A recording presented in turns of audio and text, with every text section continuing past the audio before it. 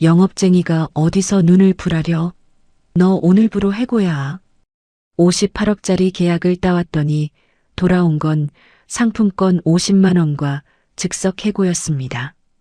김 부장, 한현우 짐 빼게 해. 부장은 웃음기를 감추지도 못한 채 제 책상 서랍을 열어 짐을 박스에 쓸어 담았습니다. 너 같은 영업쟁이는 널렸어. 내일이면 새로 뽑으면 돼. 그 말을 등 뒤로 들으며 저는 5년치 짐이 담긴 박스 하나를 들고 건물을 나섰습니다. 하지만 사장은 몰랐습니다. 석 달 뒤 구겨진 양복 차림으로 경쟁사 로비에 찾아와 무릎을 꿇게 될 사람이 자기 자신이라는 것을. 시청자 여러분, 저희 영상을 무단 도용하여 해외에서 운영하는 사칭 채널이 있습니다. 화질을 흐리게 만든 뒤 똑같은 제목과 썸네일로 올리고 있으니 주의해주세요. 저희 채널 이름은 나의 이야기입니다. 채널명을 꼭 확인하시고 사칭 채널 영상은 시청하지 말아주세요. 감사합니다. 사연 시작 전에 구독과 좋아요를 눌러주시고 어디에서 듣고 계신지 댓글 남겨주시면 그곳으로 건강과 행복이 가득하길 기원하겠습니다. 연매출 120억 안팎의 중소가구 제조업체 성진퍼니처에는 사내에서 공공연한 비밀이 하나 있었습니다. 전체 매출의 60%가 단 한 사람의 손에서 나온다는 사실이었습니다. 영업직 5년차 한현우, 34살. 호텔과 리조트, 오피스텔, 프랜차이즈 카페 등 B2B 가구 납품 시장을 오로지 두 발로 뛰며 개척해온 이 남자가 없었다면 성진퍼니처라는 간판은 진작에 업계 지도에서 사라졌을지도 모를 일이었습니다. 하지만 한현우가 처음부터 잘 나갔던 건 아니었습니다. 5년 전 갓 입사한 신임 영업사원 한현우에게 회사가 쥐어준 건 사내 누구도 거들떠보지 않는 악성거래처 리스트가 전부였습니다. 선배들이 수차례 방문했다가 문전박대당하고 돌아온 곳, 대형 브랜드만 고집하는 곳, 아예 전화조차 받지 않는 곳들 뿐이었습니다. 그 리스트를 건네며 김재훈 부장은 시큰둥하게 한마디를 던졌습니다. 야, 여기 한 바퀴 돌려봐. 안 되면 안 되는 거고. 될 거라는 기대 따위는 애초에 없는 말투였습니다. 하지만 한현우는 그 리스트의 맨 첫 줄에 적힌 이름부터 공략하기로 마음먹었습니다. 수도권 오피스텔 시행사 태양건설. 연간 가구 발주 물량만 수억 원에 달하지만 대형 브랜드 외에는 거들떠보지도 않는 곳으로 업계에서 악명이 자자한 거래처였습니다. 한현우는 태양건설 본사 로비로 찾아갔습니다. 샘플 자재 가방을 들고 구매팀장 오영식을 찾았지만 안내 데스크에서부터 막혔습니다. 오 팀장에게 전화가 연결되자 돌아온 건 단칼이었습니다. 중소가구 업체? 됐고 우리는 대형 브랜드만 쓰거든. 돌아가. 전화가 끊겼습니다. 보통이라면 여기서 발길을 돌렸을 겁니다. 선배들도 그랬으니까요. 하지만 한현우는 다음 날 아침에도 태양건설 로비에 나타났습니다. 그 다음 날에도 또 그 다음 날에도 어김없이 출근 시간에 맞춰 로비에 서서 출근하는 직원들에게 고개를 숙여 인사했습니다. 손에는 늘 샘플 자재와 시공 비교 자료가 들려 있었습니다. 비가 쏟아지는 날에도 한여름 땡볕 아래서도 한 자리를 지켰습니다. 경비원이 또 왔냐며 혀를 차고 지나가는 직원들이 귀찮다는 듯 고개를 돌려도 한현우는 묵묵히 서 있었습니다. 열흘째 되는 아침이었습니다. 엘리베이터에서 내린 오영식 팀장이 로비 한쪽에 서 있는 한현우를 보고 걸음을 멈췄습니다. 빗물에 젖은 가방을 꼭 쥐고 서 있는 그 모습을 한참 바라보더니 성큼성큼 다가왔습니다. 야, 도대체 뭐가 그렇게 자신 있길래 열흘을 서 있는 거야? 한현우는 그 한마디에 기다렸다는 듯 가방을 열었습니다. 경쟁사 대비 품질 단가납기 비교표, 기존 오피스텔 납품 사례의 하자율 분석 자료, 성진퍼니처, 자재의 내구성 테스트 결과까지 빈틈없이 정리된 서류가 펼쳐졌습니다. 열흘을 서 있는 동안 허투루 보낸 시간은 단 하루도 없었던 것입니다. 오 팀장은 자료를 한 장 한 장 넘기다가 손을 멈추고 한현우를 올려다봤습니다. 이 정도 준비를 해온 영업은 처음 본다. 좋아, 시범 납품 한번 해봐. 그 기회를 한현우는 놓치지 않았습니다. 시범 납품이 들어간 뒤에도 한현우는 손을 놓지 않았습니다. 설치 현장에 직접 나가 시공 상태를 확인하고 새벽에 하자가 발견되면 가장 먼저 달려가 수습했습니다. 입주민 컴플레인 전화까지 본인 번호로 받아 처리하는 영업사원은 업계 통틀어 한현우뿐이었습니다. 결국 오 팀장은 두 번째 물량부터 별도 입찰 없이 성진 퍼니처에 전량 발주를 넣었고 태양건설은 성진 퍼니처의 최대 단골 거래처가 되었습니다. 태양건설만이 아니었습니다. 프랜차이즈 카페 본사 로스팅하우스는 더 까다로운 상대였습니다. 구매 담당 이사가 첫 만남에서 카탈로그조차 받지 않으며 잘라 말했습니다. 우리는 이탈리아 수입 가구 쓰거든요. 국산 중소업체는 퀄리티가 안 맞아요. 한현우는 방법을 바꿨습니다. 전국에 흩어져 있는 로스팅하우스 매장 20곳을 직접 발로 돌기 시작한 것입니다. 매장마다 기존 수입 가구의 문제점을 사진으로 찍고 꼼꼼하게 기록했습니다. 다리 접합부 균열, 가죽 시트 탈색, 테이블 상판 들뜸까지 매장별로 정리한 개선 제안서를 만들어 다시 찾아갔습니다. 구매이사는 그 제안서를 펼쳐보다 말을 잃었습니다. 이걸 우리 직원도 안 하는 걸 영업사원이 했다고요? 그날부터 로스팅하우스는 성진 퍼니처와 시범 거래를 시작했고 6개월 뒤에는 전 매장 가구 교체 물량을 성진에 몰아주게 되었습니다. 호텔 체인 시티원 호텔과의 인연은 더 극적이었습니다. 기존 납품업체가 갑자기 부도가 나는 바람에 객실 리뉴얼 가구 200세트가 공중에 떠버린 긴급 상황이었습니다. 시티원 총지배인이 대형 업체 3곳에 SOS를 쳤지만 돌아온 대답은 하나같이 납기까지 최소 2주였습니다. 그 소식을 거래처 네트워크를 통해 전해들은 한현우는 곧바로 공장에 전화를 걸어 재고를 확인한 뒤 그날 밤 직접 트럭 핸들을 잡았습니다. 새벽 5시 호텔 주차장에 트럭이 도착했을 때 총지배인의 눈이 휘둥그레졌습니다. 대형 업체한테 SOS 쳤더니 납기 2주 걸린다고 하더라. 근데 당신은 하루 만에 트럭을 몰고 왔어? 그날 이후 시티원 호텔은 성진 퍼니처와 전속 거래를 맺었습니다. 이렇게 한현우가 문전박대를 뚫어내며 일궈낸 거래처가 한둘이 아니었습니다. 고객들 사이에서는 한현우한테 맡기면 눈 감고 잠들 수 있다는 말이 돌 정도였습니다. 하지만 정작 성진 퍼니처 사무실 안의 시선은 정반대였습니다. 한현우가 태양건설 수주 보고를 마치고 자리에 앉은 날 경리부 박 대리가 옆 직원에게 대놓고 들리게 말했습니다. 영업이 뭐 대단한 거라고 저렇게 으스대냐. 우리가 견적 안 뽑아주면 계약서도 못 쓰면서. 한현우가 듣고 있다는 걸 뻔히 알면서도 눈길 한 번 주지 않는 얼굴이었습니다. 다른 내근직들도 마찬가지였습니다. 가구 퀄리티가 좋으니 알아서 팔리는 거지 영업이 뭐 별거냐는 말이 사무실 안에서 공공연하게 돌았습니다. 가장 문제인 인물은 직속 상사 김재훈 부장이었습니다.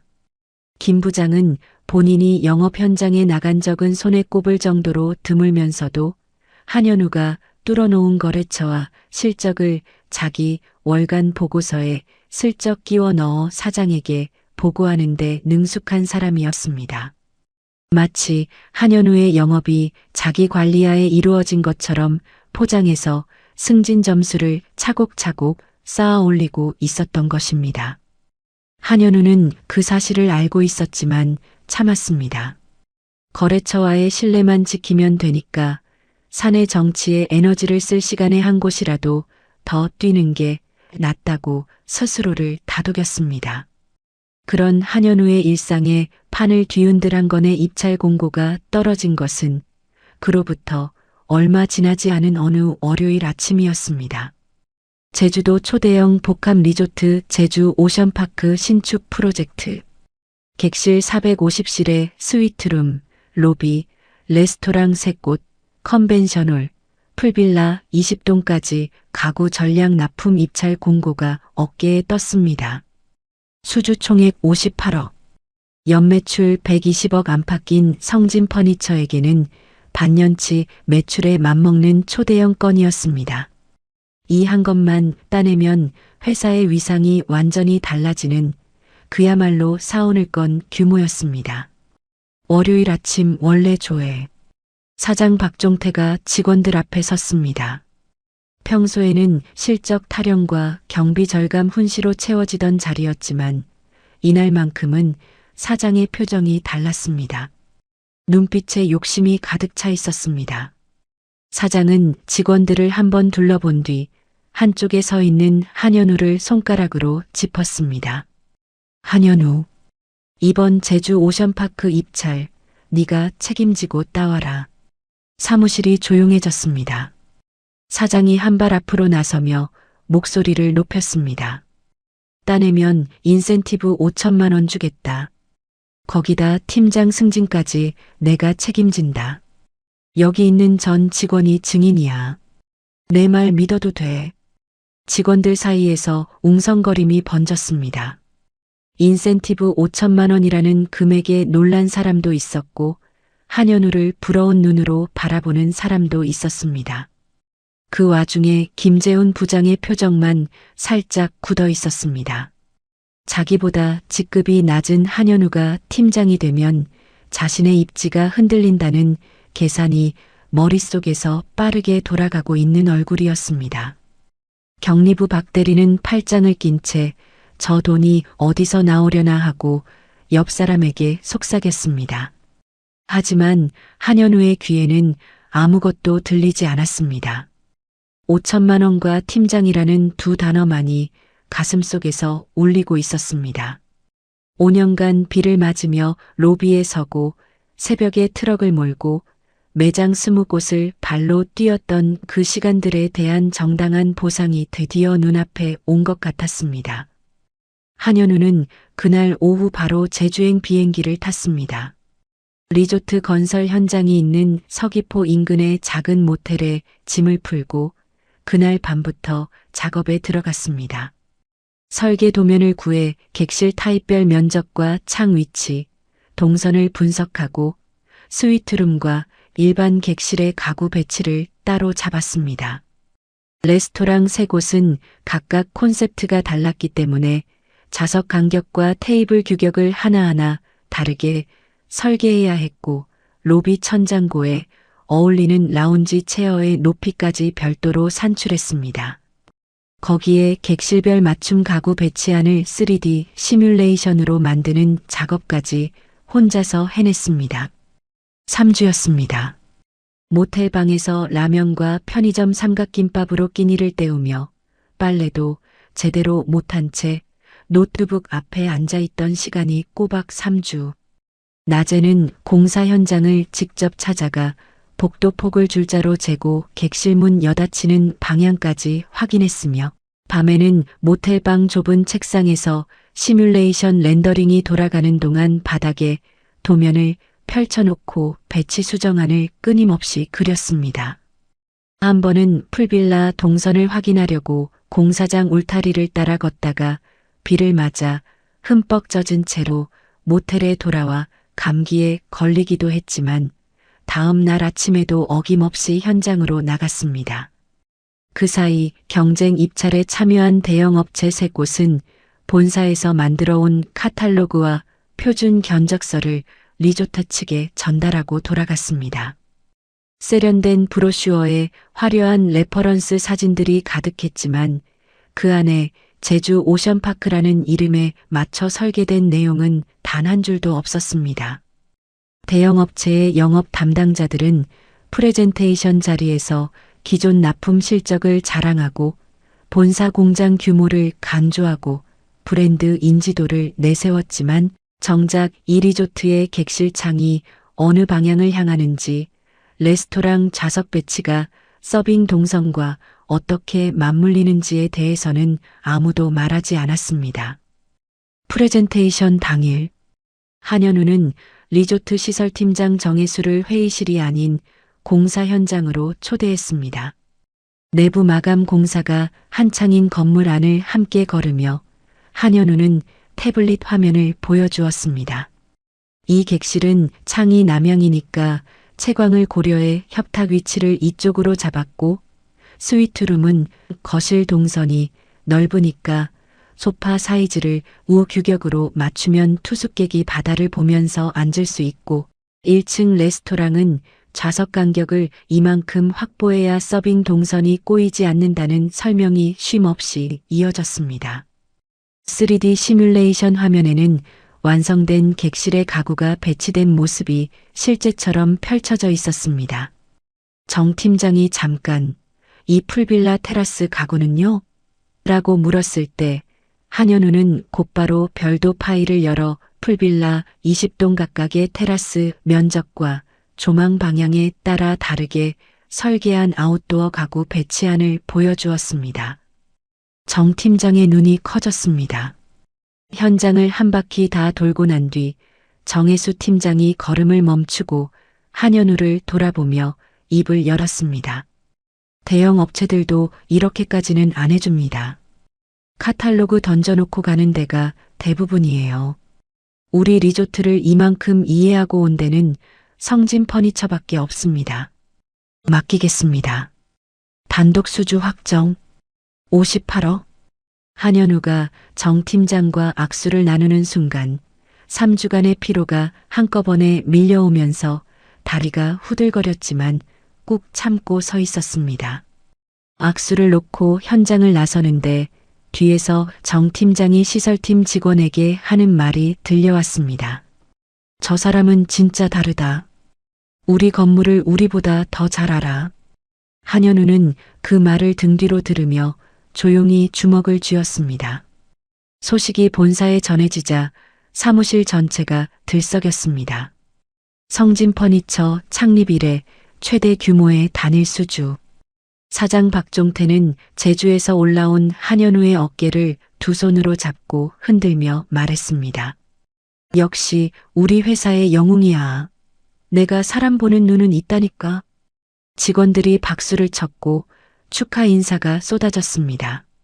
김 부장도 어색한 미소를 지으며 "수고했다, 현우야라고 말했지만 그 입꼬리가 자연스럽지 않다는 건 가까이서 보면 누구나 알 수 있는 정도였습니다. 한현우는 모텔방에서 빨래도 못한 구겨진 셔츠 차림 그대로 서 있었지만 그 순간만큼은 세상을 다 가진 기분이었습니다. 인센티브 5천만 원과 팀장 승진. 5년간 달려온 길의 끝에 드디어 보상이 기다리고 있다고 한현우는 진심으로 믿고 있었습니다. 그 믿음이 산산조각 나는 데에는 채 한 달도 걸리지 않았습니다. 약속했던 보너스 지급일 아침, 한현우는 평소보다 일찍 일어나 양복을 차려입었습니다. 옷장 안에서 가장 깔끔한 넥타이를 골라 매고 구두도 전날 밤에 미리 닦아두었습니다. 오늘은 인센티브 5천만 원과 팀장 승진 발령을 받는 날이라고 믿고 있었기 때문입니다. 거울 앞에 선 자신의 모습을 보며 한현우는 속으로 되뇌었습니다. 5년이었다. 드디어 인정받는 날이 왔다고. 출근길 발걸음이 가벼웠습니다.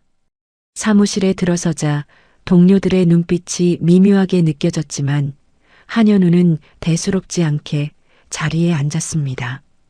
얼마 지나지 않아 내선 전화가 울렸습니다. 사장 비서였습니다.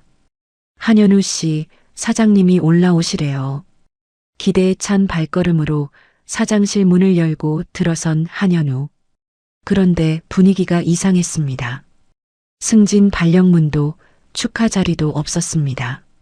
사장 박종태는 넓은 책상 뒤에 기대 앉아 있었고 그 앞에는 하얀 봉투 하나만이 달랑 놓여 있었습니다. 그리고 사장실 한쪽 소파에 김재훈 부장이 다리를 꼬고 앉아 있었습니다. 왜 김 부장이 이 자리에 있는 건지 한현우의 머릿속에 작은 물음표가 떠올랐습니다. 사장이 봉투를 손가락으로 밀며 입을 열었습니다. 현우야, 제주 오션파크 건 수고 많았다. 근데 있잖아. 솔직히 말하자면 회사 사정이 빠듯해. 납품 준비하려면 자재비 선투자가 들어가야 하거든. 지금 여유 자금이 없어. 한현우는 고개를 살짝 갸웃했습니다. 아직까지는 사장이 무슨 말을 하려는 건지 정확히 감을 잡지 못하고 있었습니다. 사장이 말을 이었습니다. 거기다 솔직히 생각해봐. 3D 시뮬레이션은 디자인팀이 도와줬고 견적은 경리가 뽑은 거잖아. 프레젠테이션 자료도 네 혼자 만든 게 아니야. 팀워크로 딴 거지. 네 혼자 한 게 아니라고. 한현우의 표정이 조금씩 굳어지기 시작했습니다. 3D 시뮬레이션을 디자인팀이 도왔다고요? 모텔 방 바닥에 도면을 펼쳐놓고 밤새 렌더링 돌리면서 혼자 만든 걸 디자인팀이 도왔다고? 견적은 경리가 뽑았다고요? 현장에서 자재 규격 하나하나 산출해서 넘겨준 원가 데이터를 경리가 양식에 옮겨 적은 것뿐인데? 한현우는 속에서 뜨거운 것이 치밀어 올랐지만 아직은 참았습니다. 사장의 다음 말을 기다렸습니다. 사장이 봉투를 손끝으로 톡 치며 말했습니다. 그래서 이번에는 보너스는 줄 수가 없고 대신 이거 챙겨. 수고비라고 생각해. 한현우가 봉투를 집어들었습니다. 안에 들어있는 건 백화점 상품권이었습니다. 50만 원. 3주간 모텔방에서 라면을 먹으며 58억을 따온 사람에게 돌아온 건 50만 원짜리 상품권이었습니다. 한현우의 손이 미세하게 떨리기 시작했습니다. 사장님. 한현우가 입을 열었습니다. 목소리를 최대한 가다듬으려 했지만 떨림을 완전히 감출 수는 없었습니다. 전 직원 앞에서 약속하셨지 않습니까? 인센티브 5천만 원에 팀장 승진까지. 여기 있는 전 직원이 증인이라고 사장님이 직접 말씀하셨습니다. 사장의 눈이 가늘어졌습니다. 입꼬리가 한쪽으로 살짝 올라가더니 코웃음 비슷한 소리가 새어나왔습니다. 약속? 그건 동기부여 차원에서 한 말이야. 네가 힘내라고 열심히 뛰라고 한 거지. 그걸 진짜 약속으로 받아들이면 어떡해. 계약서에 적힌 게 아니잖아. 한현우는 믿을 수 없다는 표정으로 사장을 바라봤습니다. 동기부여 차원이라고? 전 직원을 증인으로 세워놓고 고개까지 끄덕이며 내 말 믿어도 되라고 했던 그 말이 동기부여였다고? 한현우의 눈앞에서 3주간의 제주도가 스쳐 지나갔습니다. 라면, 국물이 식어가는 모텔방, 비에 젖어 돌아온 공사 현장, 감기에 걸린 채 노트북 앞에 앉아있던 새벽. 그 시간들이 50만 원짜리 상품권 한 장으로 정산되는 순간이었습니다. 그래도 이건 아니지 않습니까? 제가 3주 동안 제주도에서 혼자. 한현우가 한 발 더 나서려는 순간 사장이 벌떡 일어섰습니다. 책상을 손바닥으로 내리치며 소리를 질렀습니다. 영업쟁이가 어디서 눈을 불하려. 네가 계약을 딴 게 맞지만 그 계약서에 적힌 이름이 뭐야? 한현우야? 성진 퍼니처야? 회사가 딴 거지. 네가 딴 게 아니라고. 사장실에 고함이 울렸습니다. 한현우는 입술을 꽉 깨물었습니다. 사장은 거기서 멈추지 않았습니다. 책상 너머로 한현우를 내려다보며 차갑게 쏘아붙였습니다. 저리 싫으면 중이 떠나야지. 네가 불만이면 나가. 너 오늘부로 해고야. 해고. 그 두 글자가 사장실 공기를 얼어붙게 만들었습니다. 한현우는 순간 자기 귀를 의심했습니다. 58억을 따왔는데 보너스는커녕 해고라니. 하지만 사장의 표정에는 농담기가 한 조각도 없었습니다. 사장이 고개를 돌려 소파에 앉아 있는 김 부장을 불렀습니다. 김 부장, 현우 짐 빼게 해. 김재훈 부장이 자리에서 일어났습니다. 그 얼굴에 떠오른 표정을 한현우는 평생 잊을 수 없을 것이었습니다. 놀람도 당혹도 아닌 감추려 해도 감춰지지 않는 희미한 웃음. 자기 입지를 위협하던 경쟁자가 사장의 입에서 직접 제거되는 순간이 속으로는 통쾌한 것이었습니다. 김 부장은 고개를 끄덕이며 사장실을 나섰고 한현우의 자리로 걸어가 서랍을 열기 시작했습니다. 서류와 명함 케이스, 개인 물품들을 빈 박스에 거침없이 쓸어 담으면서 한마디를 던졌습니다. 에이, 현우야. 사장님한테 왜 대들어? 참 답답하다, 진짜. 그 말투에는 안타까움이 아니라 훈수를 두는 여유가 배어 있었습니다. 한현우가 빠지면 영업팀장 자리는 자기 것이라는 계산이 이미 끝난 사람의 목소리였습니다. 한현우는 김 부장이 자기 짐을 쓸어 담는 모습을 멀찍이 서서 바라보았습니다. 주먹을 꽉 쥐었지만 아무 말도 하지 않았습니다. 박스 하나에 5년이 담겼습니다. 한현우가 그 박스를 들고 사무실을 나서려는 순간 뒤에서 사장의 목소리가 날아왔습니다. 너 같은 영업쟁이는 널렸어. 내일이면 새로 뽑으면 돼. 한현우가 걸음을 멈추고 어깨 너머로 사장실 쪽을 돌아봤습니다. 사장은 이미 의자에 깊숙이 기대앉아 핸드폰을 만지작거리고 있었습니다. 58억을 따온 사람을 내보내고도 동요 하나 없는 얼굴이었습니다. 경리부 박 대리가 자기 자리에서 옆 직원에게 속닥거리는 소리가 희미하게 들려왔습니다. 거봐, 영업쟁이가 입이 크면 저렇게 되는 거야. 한현우는 아무 대꾸도 하지 않고 사무실 문을 나섰습니다. 복도를 걸어 엘리베이터를 타고 1층에 내려 건물 밖으로 나오기까지 한마디도 하지 않았습니다. 양복 주머니 안에는 50만 원짜리 상품권이 구겨진 채 들어 있었고 두 팔에는 5년치의 짐이 담긴 박스가 들려 있었습니다. 한현우는 건물 앞 인도에 서서 한참 동안 하늘을 올려다보았습니다. 5년이었습니다. 비를 맞으며 로비에 서고 새벽에 트럭을 몰고 매장 20곳을 혼자 뛰었던 5년. 그 끝에 돌아온 건 상품권 한 장과 해고 통보였습니다. 하지만 한현우의 눈에 눈물은 없었습니다. 분노도 서러움도 아닌 다른 무언가가 가슴속에서 단단하게 굳어지고 있었습니다. 그건 결심이었습니다. 한현우가 건물을 나선 그 오후 성진 퍼니처 사무실 안에서는 사장 박종태의 목소리가 유난히 들떠 있었습니다. 제주 오션파크 58억 계약서를 책상 위에 펼쳐놓고 계산기를 두드리며 혼잣말처럼 중얼거렸습니다. 성급금만 들어오면 한 15억은 되겠지. 자재비 빼고 공장 가동비 빼고. 아직 성급금이 입금된 것은 아니었습니다. 리조트 측과 납품 일정을 최종 조율하고 계약 조건에 따른 세부 사항이 확정되어야 첫 성급금이 들어오는 구조였습니다. 하지만 사장의 머릿속에서는 이미 그 돈이 통장에 찍힌 것이나 다름없었습니다. 58억짜리 계약서가 눈앞에 있는데 설마 틀어지겠냐는 자만이 판단력을 완전히 삼켜버린 상태였습니다. 그날 저녁 사장은 외제차 딜러에게 전화를 걸었습니다. 평소 눈독 들이던 독일산 SUV 차량 가격만 1억 2천만 원.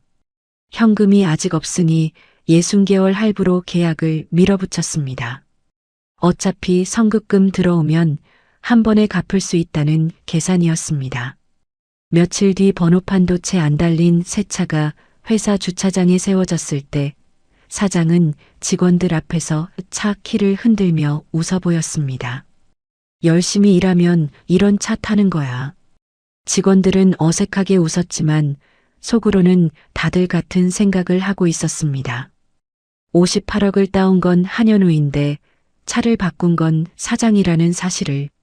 하지만 아무도 입 밖에 내지 않았습니다. 한현우가 어떻게 잘렸는지를 바로 옆에서 목격한 뒤였으니까요. 김재훈 부장은 한현우가 비운 자리에 자연스럽게 앉았습니다. 책상 위에 놓인 거래처 관리 파일과 명함첩을 넘기며 영업팀장 대행을 자처했습니다. 한현우가 5년간 쌓아놓은 거래처 리스트, 납품 이력, 담당자 연락처가 고스란히 김 부장의 손에 넘어갔습니다. 김 부장은 리스트를 훑어보며 사장에게 말했습니다. 사장님, 거래처 관리는 제가 알아서 하겠습니다. 한현우가 정리해 놓은 거 보니까 체계적이긴 하네요. 이 정도면 누가 해도 돌아갑니다. 사장이 고개를 끄덕이며 대수롭지 않게 받았습니다. 그래, 네가 맡아. 거래처가 사람을 보고 거래하냐, 회사를 보고 거래하는 거지. 한현우 나갔다고 달라질 거 하나 없어. 그 시각 한현우는 집으로 돌아와 거실 바닥에 짐 박스를 내려놓고 한참을 멍하니 앉아 있었습니다. 양복 주머니에서 구겨진 상품권을 꺼내 테이블 위에 올려놓았습니다. 50만 원. 그 숫자를 바라보는 동안 5년간의 시간이 파노라마처럼 머릿속을 스쳐 지나갔습니다. 태양건설 로비에서 비를 맞으며 서 있던 열을.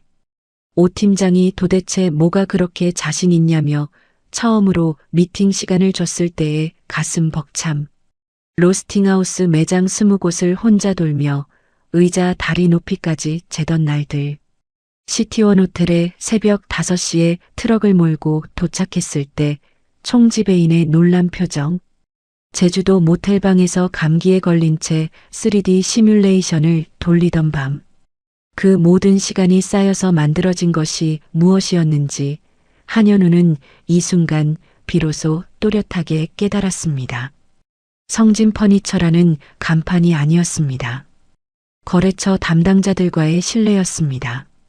오 팀장이 이 정도 준비를 해온 영업은 처음이라며 문을 열어준 것도 로스팅하우스 구매이사가 우리 직원도 안 하는 걸 했다며 감동한 것도 시티원 총지배인이 전속 거래를 맺은 것도 전부 성진 퍼니처가 아니라 한현우라는 사람에게 보낸 신뢰였습니다. 그 신뢰는 회사 명함에 붙어 있는 게 아니라 비를 맞고 서 있던 그 두 발에 새벽에 트럭 핸들을 잡던 그 두 손에 붙어 있는 것이었습니다. 한현우는 자리에서 일어나 책상 앞에 앉았습니다. 핸드폰을 열어 김 부장이 보낸 카톡을 캡처해 저장했습니다. 현우야 짐 빼. 사장님 지시. 해고 통지서 한 장 없이 카톡 한 줄로 5년을 정리당한 것입니다. 해고 예고도 없고 서면 통지도 없는 즉석 해고. 이것도 나중에 쓸 일이 있을 거라는 생각이 스쳤습니다. 그리고 하나 더 확인할 것이 있었습니다. 원래 조회 날 사장이 전 직원 앞에서 약속했던 그 순간의 녹음 파일이었습니다. 재생 버튼을 누르자 사장의 목소리가 흘러나왔습니다. 따내면 인센티브 5천만 원 주겠다. 거기다 팀장 승진까지 내가 책임진다. 여기 있는 전 직원이 증인이야. 내 말 믿어도 돼. 녹음 상태는 깨끗했습니다. 사장의 목소리, 직원들의 웅성거림, 심지어 누군가의 박수 소리까지 선명하게 담겨 있었습니다. 한현우는 그날 아침 사장이 자신을 지목하며 입을 여는 순간 직감적으로 핸드폰 녹음 버튼을 눌러두었던 것입니다. 당시에는 왜 그랬는지 자기도 정확히 설명할 수 없었습니다. 5년간 이 회사에서 보고 겪은 것들이 몸에 배어 사장의 말을 곧이곧대로 믿을 수 없게 만든 것인지도 모릅니다. 한현우는 녹음 파일을 USB에 복사하고 김 부장 카톡 캡처, 5년치 월별 실적 자료, 거래처별 수주 이력까지 차곡차곡 정리해서 함께 저장했습니다. 하나하나 파일을 옮길 때마다 손끝에 힘이 들어갔습니다. 이것은 복수를 위한 준비가 아니었습니다. 자기 자신의 가치를 증명하기 위한 자료였습니다. USB를 서랍에 넣고 한현우는 창밖을 바라보았습니다. 해가 지고 있었습니다. 내일부터는 출근할 곳이 없는 사람이 된 것입니다.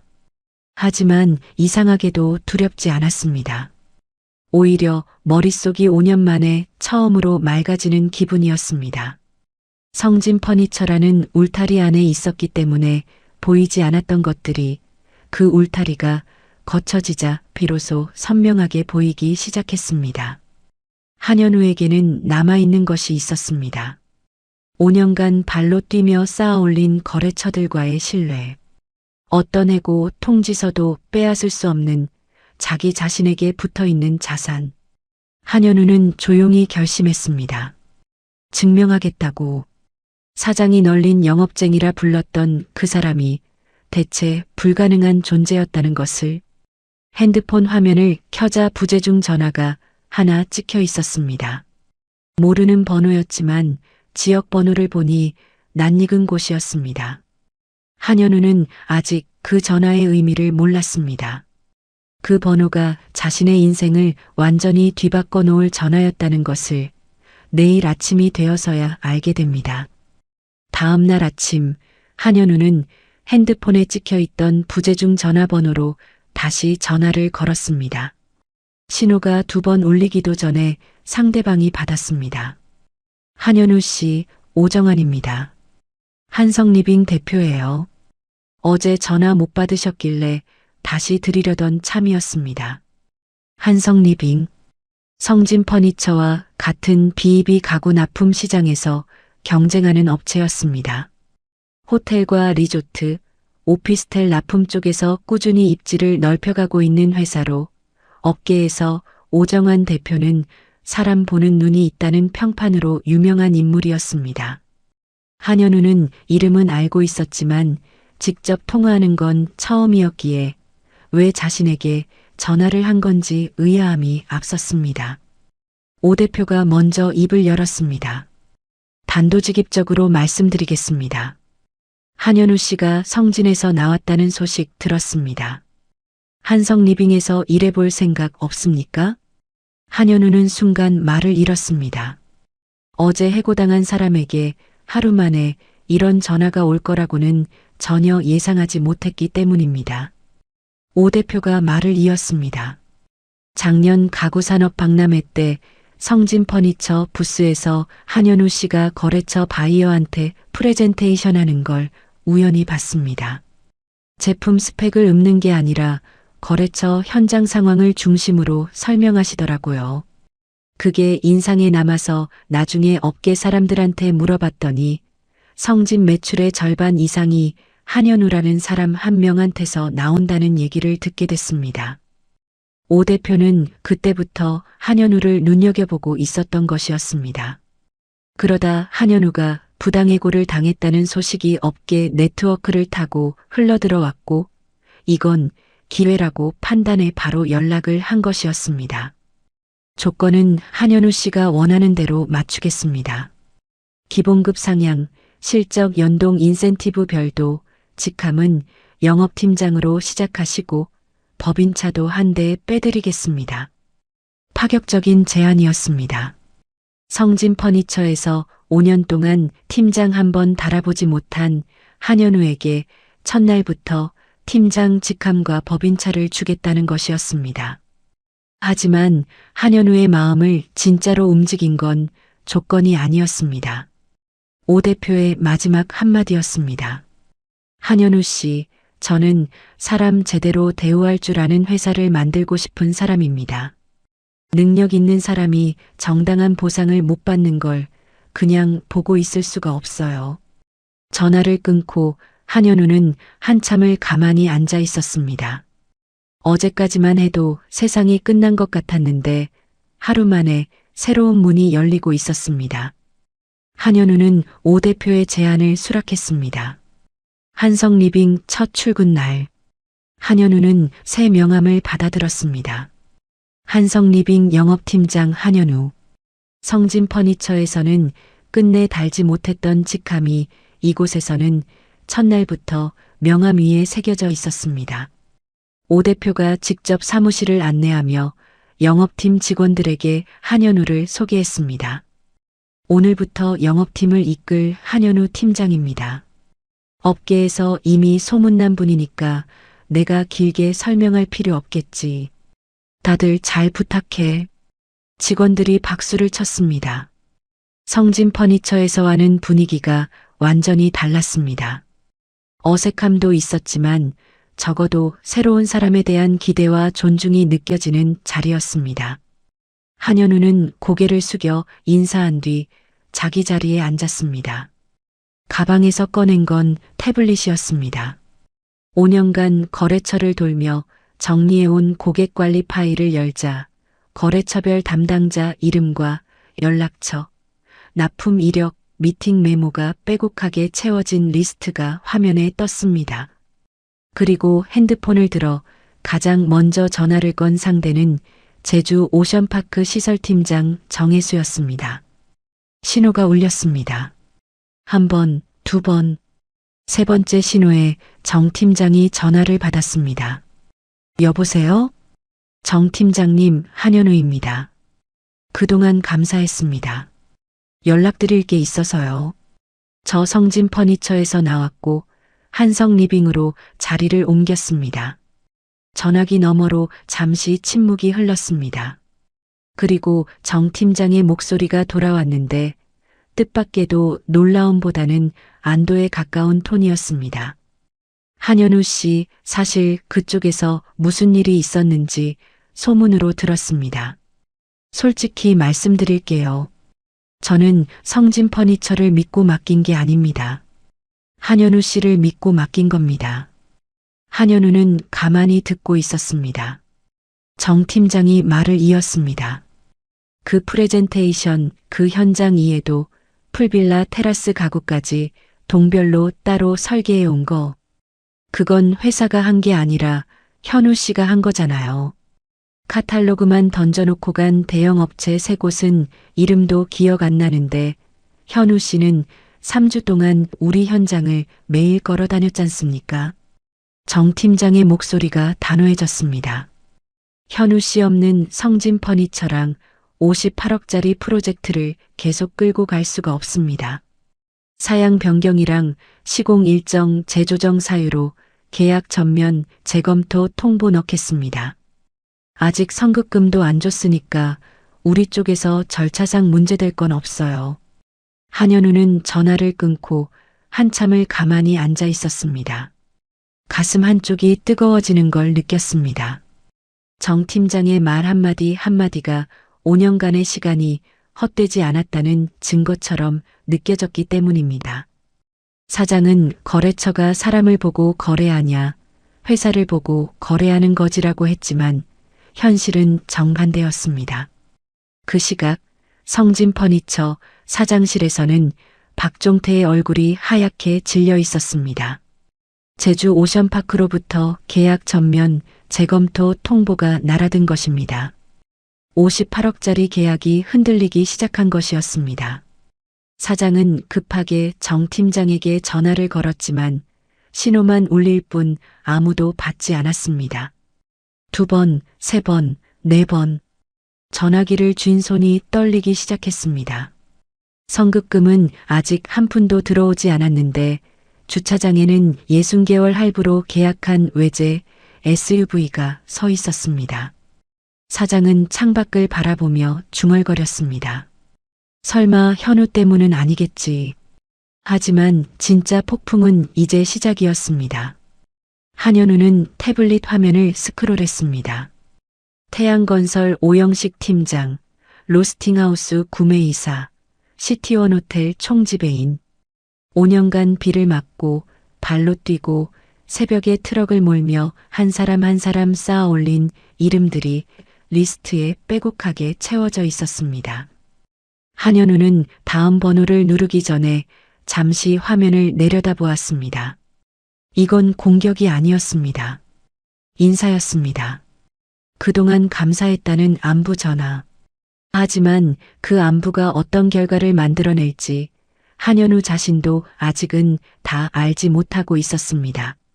한현우가 한성리빙으로 옮겼다는 소식은 업계에 빠르게 퍼졌습니다. 하지만 거래처들이 움직이기 시작한 건 소문 때문이 아니었습니다. 한현우가 건 전화 한 통, 그 안에 담긴 그동안 감사했습니다라는 한마디가 5년간의 기억을 되살렸기 때문이었습니다. 제주 오션파크의 계약 재검토 통보가 들어온 직후 성진퍼니처 사장 박종태는 김재훈 부장을 불러 다그쳤습니다. 제주건은 내가 직접 처리할 테니까 니는 기존 거래처부터 단단히 잡아놔. 괜히 동요하면 안 돼. 김 부장은 자신 있게 고개를 끄덕였습니다.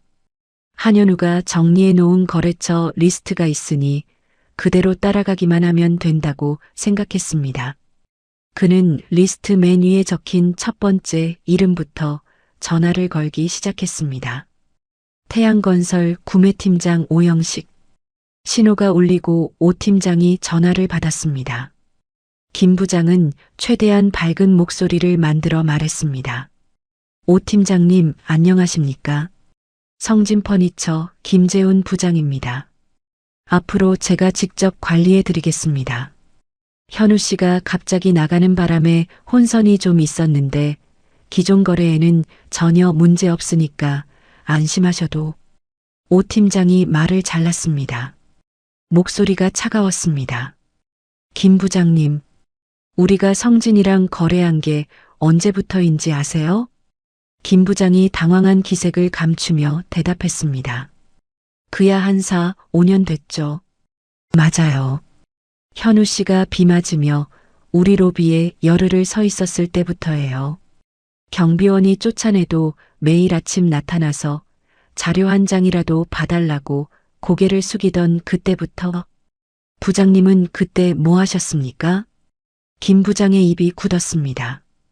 오 팀장의 말이 이어졌습니다. 제가 알기로는 사무실에서 한현우 씨 실적 빼돌려서 보고서 쓰고 계셨다면서요. 어깨가 좁아서 다 들립니다. 김 부장님. 거래 유지요? 죄송하지만 해지 통보서 보내드리겠습니다. 전화가 끊겼습니다. 김 부장의 얼굴이 새빨갛게 달아올랐습니다. 손에 쥔 핸드폰이 미세하게 떨렸지만 마음을 추스르고 다음 번호를 눌렀습니다. 프랜차이즈 카페 본사 로스팅하우스 구매이사. 이쪽은 분위기가 다를 거라고 스스로를 안심시키며 전화를 걸었습니다. 구매이사가 전화를 받았습니다. 김 부장이 미팅 한번 잡고 싶은데 라고 말을 꺼내자 구매이사는 한숨 섞인 목소리로 대답했습니다. 김 부장님, 솔직히 말씀드릴게요. 한현우 씨가 우리 매장 20곳을 직접 돌면서 의자 다리 높이까지 재고 갔다는 거 아세요? 수입 가구 문제점을 우리 직원보다 더 정확하게 정리해서 제안서를 만들어 왔어요. 그때 우리 직원들이 뭐라고 했는지 아십니까? 저 사람 진짜 대단하다. 우리도 저렇게는 못한다고 했습니다.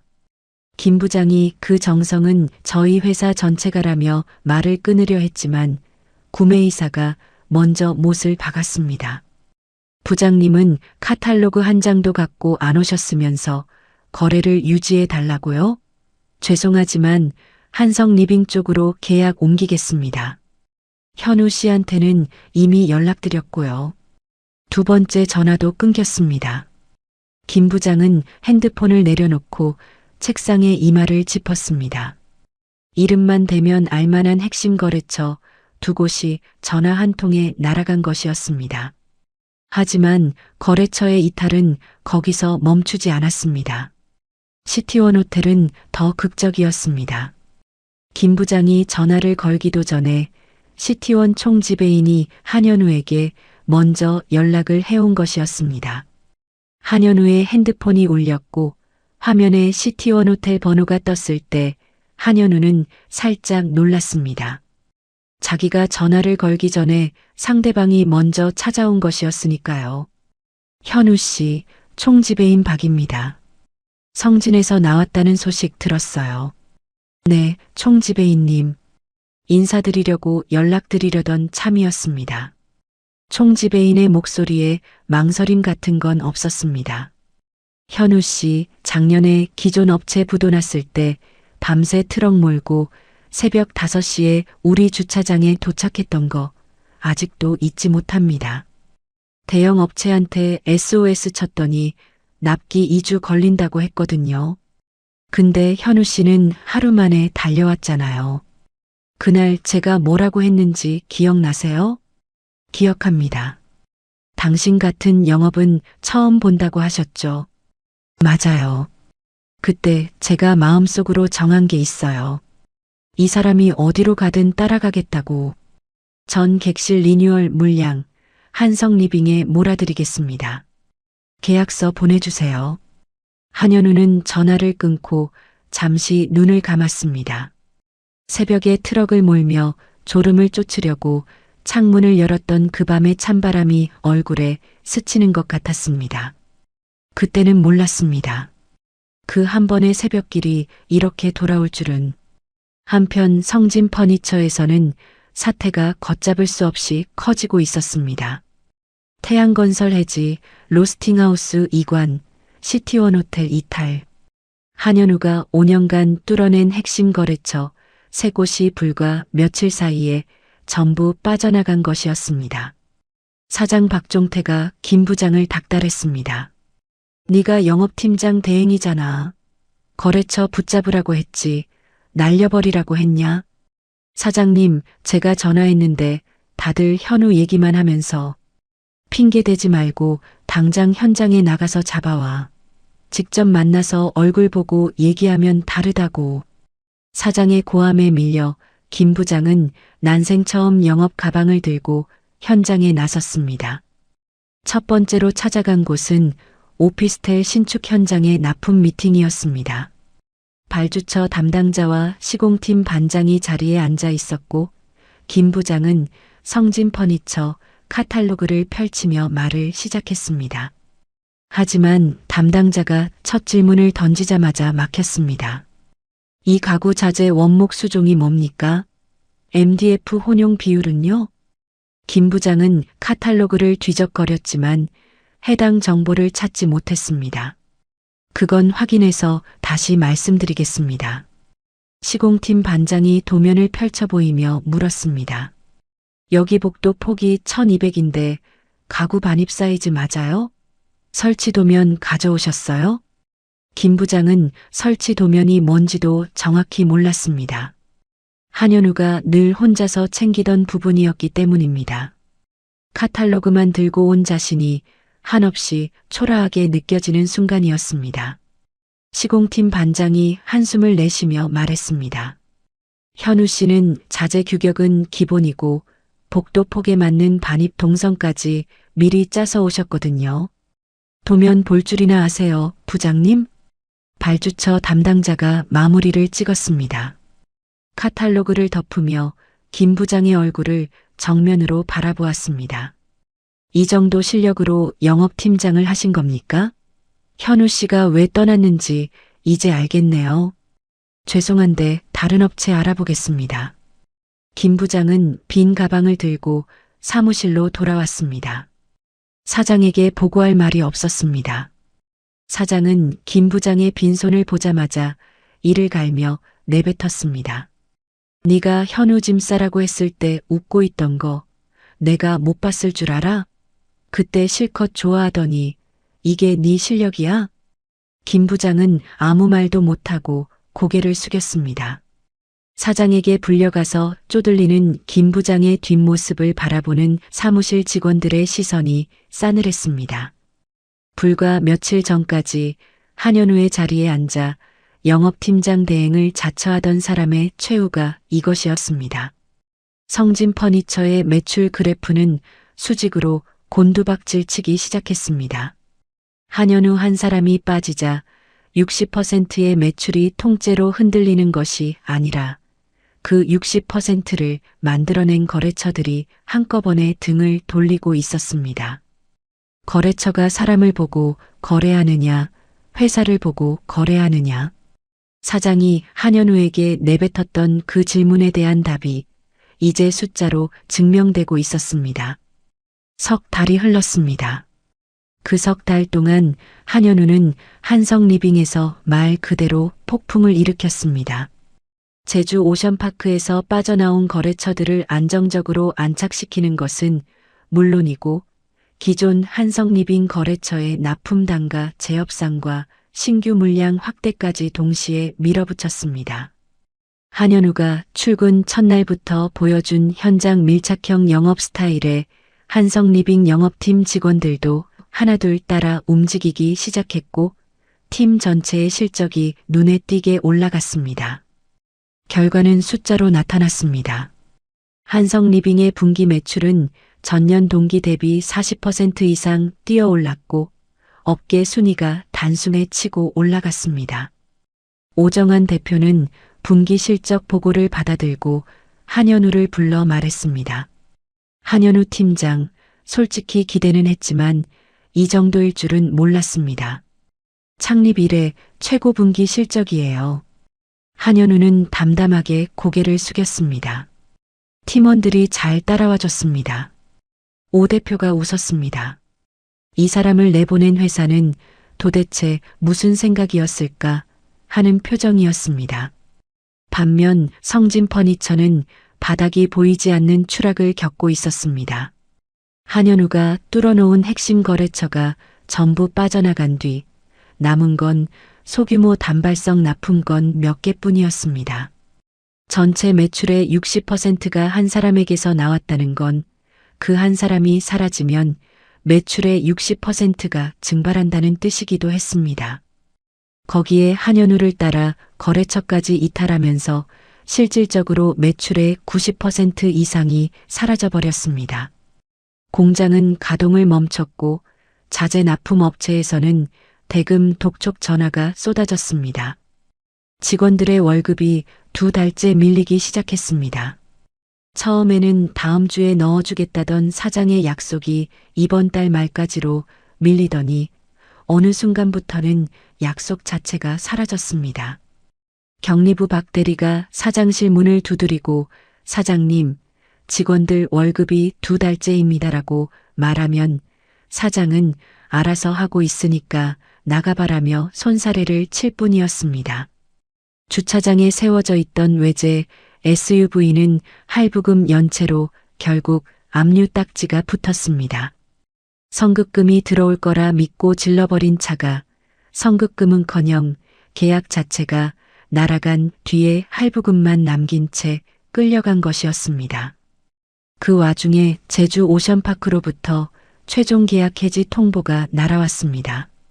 사장이 몇 번이고 정혜수 팀장에게 전화를 걸고 메일을 보냈지만 돌아온 건 사양 변경에 따른 계약 조건 불일치로 해지합니다라는 공문 한 장뿐이었습니다. 58억? 반년치 매출에 맞먹는 그 숫자가 공문 한 장과 함께 완전히 사라져버렸습니다. 어느 날 저녁 사장 박종태는 한성리빙 사옥 앞에 나타났습니다. 양복은 구겨져 있었고 넥타이는 풀린 채 축 늘어져 있었습니다. 며칠 못 잔 듯 눈밑이 푹 꺼져 있었고 석 달 전 직원 앞에서 우리 회사의 영웅이라며 한현우의 어깨를 두드리던 그 당당한 모습은 어디에도 남아있지 않았습니다. 로비 소파에 앉아 한참을 기다렸습니다. 안내 데스크 직원에게 한현우 팀장 좀 만나게 해달라고 했지만 한현우는 외근 중이었습니다. 1시간, 2시간. 사장은 자리를 뜨지 않고 기다렸습니다. 5년 전 한현우가 태양건설 로비에서 열흘을 서 있었던 것처럼. 하지만 그때의 한현우가 기회를 잡기 위한 간절함으로 서 있었다면 지금의 사장은 모든 것을 잃은 사람의 절박함으로 앉아 있는 것이었습니다. 저녁 무렵 외근을 마치고 돌아온 한현우가 로비에 들어서다가 소파에 앉아 있는 사장을 발견했습니다. 한현우의 발걸음이 잠시 멈췄습니다. 석 달 전 자신을 널린 영업쟁이라 부르며 내쫓았던 사람이 구겨진 양복 차림으로 자기를 기다리고 있는 모습. 한현우는 감정을 눌러 담고 다가갔습니다. 사장이 자리에서 일어섰습니다. 한현우보다 키가 큰 사람이었는데 이상하게 작아 보였습니다. 어깨가 움츠러들어 있었고 눈을 제대로 마주치지 못했습니다. 사장이 먼저 입을 열었습니다. 현우야. 그 한마디에 목소리가 갈라졌습니다. 사장은 양복 안주머니에서 수표를 꺼내 한현우 앞으로 내밀었습니다. 내가 미쳤었다. 보너스 5천만 원, 2배로 아니 3배라도 주겠다. 제발 돌아와 달라.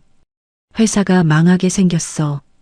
한현우는 수표를 내려다보았습니다. 시선이 잠시 머물렀지만 손을 뻗지는 않았습니다. 고개를 들어 사장의 눈을 정면으로 바라보며 입을 열었습니다. 사장님, 그때 뭐라고 하셨죠? 사장이 입술을 달싹였지만 말이 나오지 않았습니다. 한현우가 이어서 말했습니다. 너 같은 영업쟁이는 널렸다. 내일이면 새로 뽑으면 된다. 그렇게 말씀하셨잖아요. 그러면 널린 영업쟁이 중에 한 명 뽑으시면 되죠. 사장의 얼굴이 일그러졌습니다. 한현우는 멈추지 않았습니다. 그리고 하나 더요. 거래처가 사람을 보고 거래하냐, 회사를 보고 거래하는 거지. 사장님이 직접 하신 말씀입니다. 답이 나오셨습니까? 사장의 입에서 아무 소리도 나오지 않았습니다. 수표를 들고 있는 손이 허공에서 떨리고 있었습니다. 한현우는 그 수표를 쳐다보지도 않고 조용히 돌려주며 마지막 한마디를 남겼습니다. 나머지는 법정에서 뵙겠습니다. 돌아서서 엘리베이터를 향해 걸어가는 한현우의 등 뒤로 사장이 로비 소파에 주저앉는 소리가 들렸습니다. 한현우는 뒤돌아보지 않았습니다. 며칠 뒤 한현우의 핸드폰에 낯익은 번호가 떴습니다. 김재훈 부장이었습니다. 전화를 받자 김 부장의 목소리가 흘러나왔는데 석 달 전 한현우의 짐을 쓸어 담으면서 사장님한테 왜 대들어라며 훈수를 두던 그 여인은 온데간데 없었습니다. 현우야, 나는 사장이 시킨 대로 한 것뿐이야. 짐 빼라고 해서 뺀 거지. 내가 니를 자른 게 아니잖아. 있잖아. 한성리빙의 자리 하나만 제발 부탁한다. 월급이 석 달째 밀려서 당장 카드값도 못 내고 있어. 한현우는 잠시 침묵했습니다. 전화기 너머로 김 부장의 거친 숨소리가 들렸습니다. 한현우가 입을 열었습니다. 부장님, 5년 동안 제 실적 빼돌려서 보고서 쓰신 거 제가 모를 줄 아셨습니까?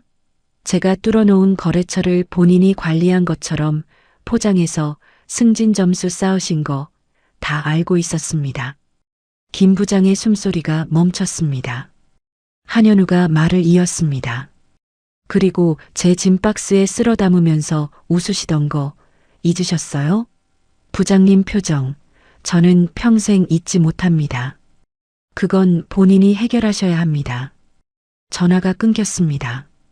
김 부장은 결국 성진 퍼니처에서 체불 임금도 받지 못한 채 쫓겨나게 됩니다. 그리고 며칠 뒤 하나 더 한현우의 핸드폰이 다시 울렸습니다. 화면에 뜬 이름은 뜻밖이었습니다. 경리부 박대리. 견적 안 뽑아주면 계약서도 못 쓰면서라며 대놓고 깎아내리던 영업쟁이가 입 크면 저렇게 된다고 속닥거리던 바로 그 사람이었습니다. 현우야, 나 박대리야, 우리가 잘못했다. 네가 없으니까 회사가 안 돌아가. 수금도 안 되고 거래처 연락처도 모르겠고 월급 석 달째 못 받고 있어. 제발 돌아와 줄 수 없겠니? 한현우는 잠시 전화기를 귀에서 떼었다가 다시 가져다 댔습니다. 목소리는 담담했습니다.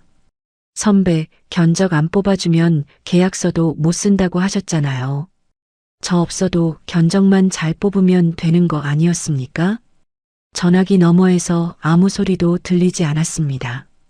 한현우가 말을 이었습니다. 5년 동안 그 회사에서 수고했다. 한마디 못 들었습니다. 이제 와서 저한테 전화하실 게 아니라 사장한테 밀린 임금 청구하세요. 노동청 번호 알려드릴까요? 전화를 끊은 뒤 한현우는 창밖을 바라보았습니다. 해가 지고 있었습니다. 통쾌함보다는 씁쓸함이 먼저 밀려왔습니다. 그 사람들이 믿기만 한 건 아니었습니다. 같은 사무실에서 5년을 함께 보낸 사이였으니까요. 하지만 한현우는 알고 있었습니다. 돌아갈 곳은 없다는 것을, 그리고 돌아갈 이유도 없다는 것을. 남은 건 하나, 법정에서 마지막 매듭을 짓는 일뿐이었습니다. 소송은 한현우가 한성리빙의 자리를 잡고 업무가 안정된 뒤에 본격적으로 시작되었습니다. 부당해고 및 미지급 인센티브 청구 소송.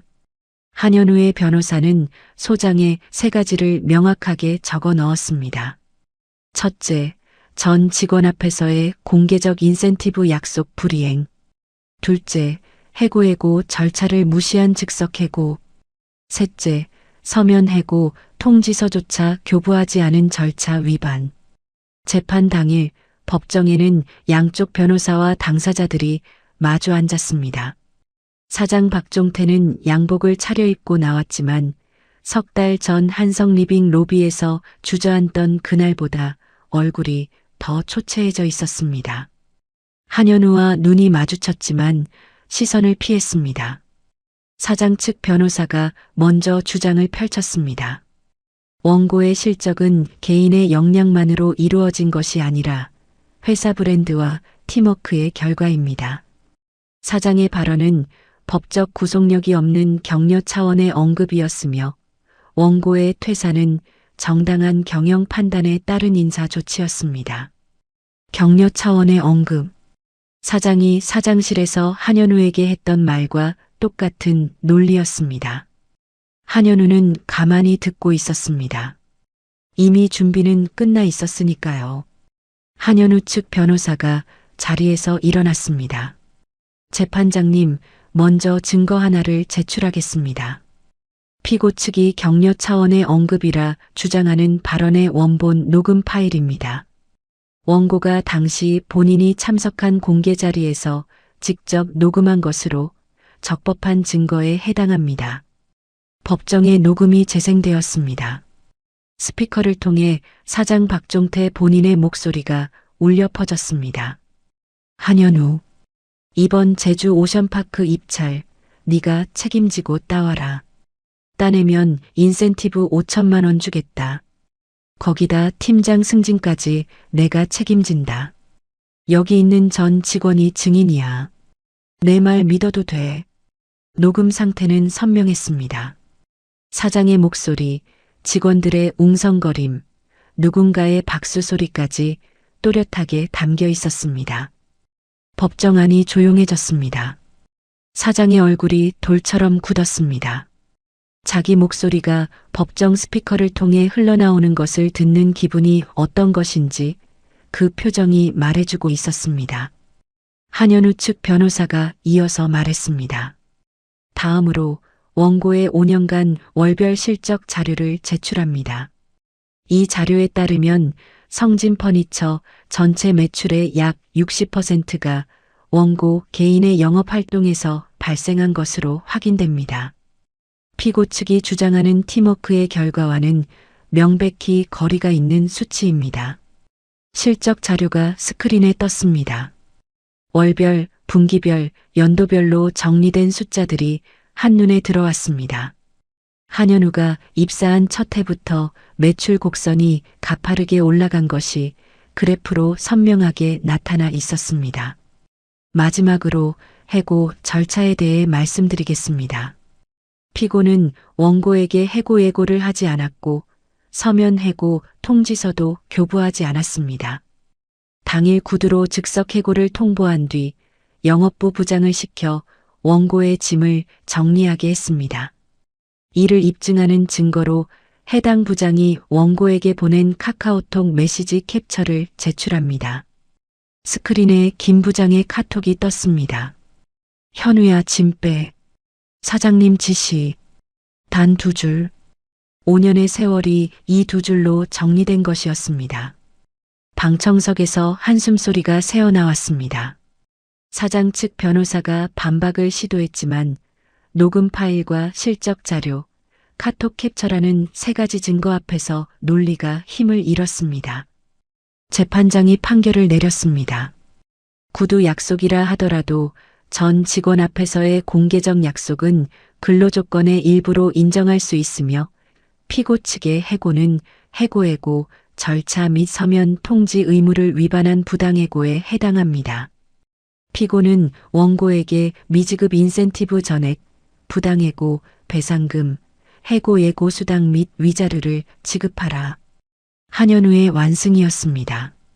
다만 한현우도 알고 있었습니다. 성진 퍼니처가 파산 절차에 들어가면 그 판결문대로 돈을 온전히 받기는 어려울 거라는 사실을. 하지만 상관없었습니다. 한현우에게 필요했던 건 돈이 아니라 자신이 정당했다는 법의 인정이었습니다. 판결이 내려지는 순간 한현우는 아무런 표정 변화 없이 자리에 앉아 있었습니다. 주먹을 쥐거나 환호하지도 않았습니다. 다만 고개를 살짝 숙이고 눈을 감았습니다. 5년이라는 시간과 그 시간 속에서 자기를 지탱해준 모든 순간들이 머릿속을 스쳐 지나갔습니다. 비를 맞으며 서 있던 로비, 매장 20곳을 돌던 발걸음, 새벽에 트럭을 몰던 밤. 그 모든 것이 오늘 이 자리에서 인정받은 것이었습니다. 법정을 나서는 한현우의 뒤로 사장 박종태가 변호사와 함께 복도를 걸어가는 모습이 보였습니다. 어깨가 축 처져 있었고 발걸음에 힘이 없었습니다. 한현우는 그 뒷모습을 잠시 바라보다가 고개를 돌리고 걸음을 옮겼습니다. 소송 승소 이후 또 하나의 소식이 한현우를 찾아왔습니다. 성진 퍼니처와 계약을 완전히 해지한 제주 오션파크가 재입차를 실시한 것이었습니다. 정혜수 팀장이 한현우에게 직접 연락했습니다. 현우 씨, 재입찰 공고 나갑니다. 한성리빙으로 참여하시죠. 한현우는 한성리빙 영업팀을 이끌고 입찰에 참여했습니다. 석 달 전 모텔방에서 혼자 만들었던 3D 시뮬레이션과 객실별 맞춤 배치안을 한성리빙의 기술력과 생산 역량 위에 올려놓으니 프레젠테이션의 완성도는 비교할 수 없을 만큼 올라갔습니다. 결과는 당연했습니다. 58억 전량 재수주. 한성리빙의 이름으로 한현우의 손으로 다시 따낸 계약이었습니다. 계약 서명 자리에서 정혜수 팀장이 한현우에게 악수를 건네며 말했습니다. 처음부터 현우 씨한테 줬어야 할 계약이었습니다. 이번에는 제대로 된 회사 이름으로 하시는 거죠. 한현우가 웃으며 답했습니다. 이번에는 끝까지 제가 책임지겠습니다. 성진 퍼니처는 결국 파산 절차에 들어갔습니다. 거래처 전면 이탈, 제주 오션파크 계약 해지, 소송 패소에 따른 배상금 지급까지 겹치면서 회사는 더 이상 버틸 수 없었습니다. 사장 박종태는 신용불량자로 전락했습니다. 너 같은 영업쟁이는 널렸다고 말하던 그 입으로 채권자들에게 상환 유예를 구걸해야 하는 처지가 된 것이었습니다. 그로부터 한 달 뒤 한성리빙 본사 대회의실에서 임명식이 열렸습니다. 오정환 대표가 단상에 올라 전 직원 앞에서 임명장을 읽었습니다. 한현우 팀장을 영업이사로 임명합니다. 최연소 영업이사. 입사한 지 불과 반년 만에 초고속 승진이었습니다. 직원들의 박수가 쏟아졌습니다. 오 대표가 한현우에게 임명장을 건네며 말했습니다. 한현우 이사가 증명한 건 숫자가 아닙니다. 사람입니다. 한현우는 임명장을 두 손으로 받아들고 고개를 숙였습니다. 그리고 마이크 앞에 섰습니다. 회의실에는 한성리빙의 영업사원들, 신입 직원들, 각 부서 팀장들이 자리를 채우고 있었습니다. 한현우는 한 박자 쉬고 나서 천천히 입을 열었습니다. 영업은 제품을 파는 것이 아닙니다. 회의실이 조용해졌습니다. 자기 자신의 신뢰를 파는 겁니다. 한현우의 목소리는 크지 않았지만 한마디 한마디가 또렷하게 회의실 끝까지 닿았습니다. 비를 맞으며 로비에 서 있던 그 시간이, 매장 20곳을 혼자 돌던 그 발걸음이, 새벽에 트럭을 몰고 달려간 그 밤이 전부 제 자산이 됐습니다. 그때는 몰랐습니다. 아무도 알아주지 않는 것 같았고 의미 없는 일을 하고 있는 것 같았습니다. 하지만 그 시간들이 하나하나 쌓여서 저를 여기까지 데려다 줬습니다. 한현우는 앞줄에 앉아 있는 신입 영업사원들을 바라보며 말을 이었습니다. 그 신뢰는 어떤 사장도, 어떤 카톡 한 줄도 빼앗지 못합니다. 여러분이 오늘 뛰는 그 한 걸음이 내일의 자산입니다. 포기하지 마십시오. 박수가 터져 나왔습니다. 한현우는 마이크에서 한 발 물러나 고개를 숙여 인사했습니다. 오 대표가 자리에서 일어나 한현우의 손을 잡았습니다.